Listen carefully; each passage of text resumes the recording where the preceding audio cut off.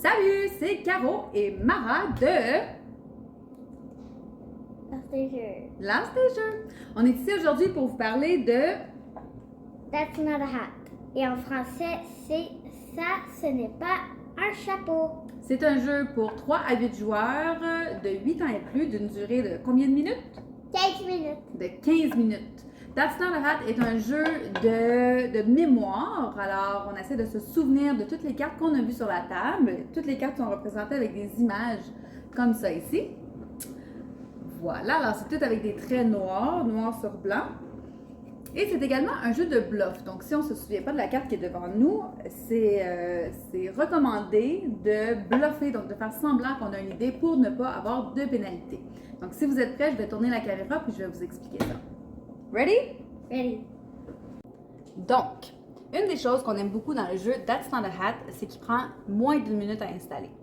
Ici, on joue avec 4 joueurs. Chaque joueur a reçu une carte. En début de partie, les cartes vont être face visible, donc tous les joueurs vont regarder sa propre carte et les cartes des autres joueurs pour tenter de les mémoriser.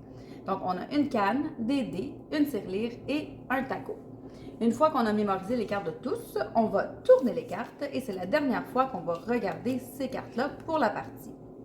C'est bien important de toujours avoir le texte That's Not a Hat devant soi qui nous fait face pour qu'on puisse suivre les directions des flèches. Vous allez remarquer que sur les cartes, on a des flèches. Ça va nous indiquer où on va, dans quel sens on va distribuer les cartes. Donc, le premier joueur va d'abord piger une carte et la montrer à tous les autres joueurs. Ici, on a un muffin ou un cupcake qu'on va aller placer en haut. Toujours les cartes qu'on va recevoir, on va les placer en haut de la carte qu'on a déjà devant soi. Et lorsqu'on pige une nouvelle carte, on doit donner celle-ci au joueur selon la flèche. Dans ce cas-ci, je m'en vais à droite pour dire « Je te donne un muffin ».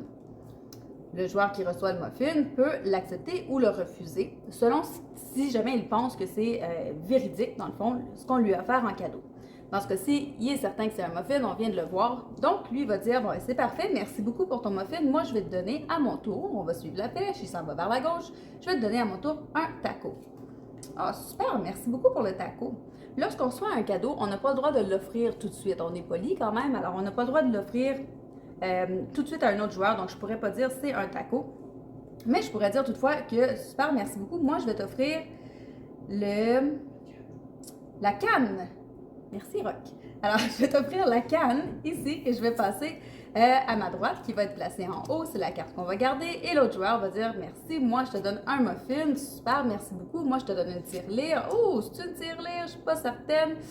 Dans tous les cas, je vais la garder. Moi je te donne la canne. Excellent. Moi je te donne le muffin. Et l'autre joueur va dire merci pour le muffin. Moi je te donne la tirelire. L'autre il dit je pense pas que c'est toi qui avais la tirelire. On va vérifier.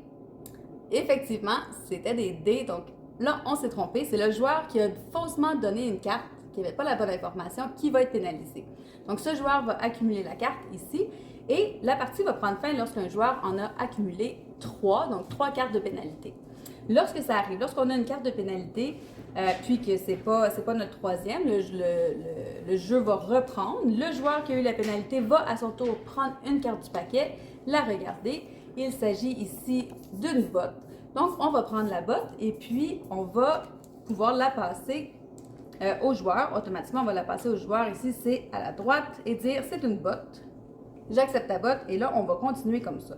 Là, c'est important, comme le joueur a fait tantôt, lorsqu'on ne sait pas ce qu'on a, on fait comme si de rien n'était. Alors, on ne va pas dire « Ah, ben là, je ne sais pas ». On fait juste faire assemblant, on continue. On va vraiment essayer de bluffer pour pouvoir continuer à passer des cartes puis jamais avoir de pénalité. Donc, jamais être reconnu comme étant un gros menteur. Donc, voilà, c'est si simple. C'est That's Not a Hat.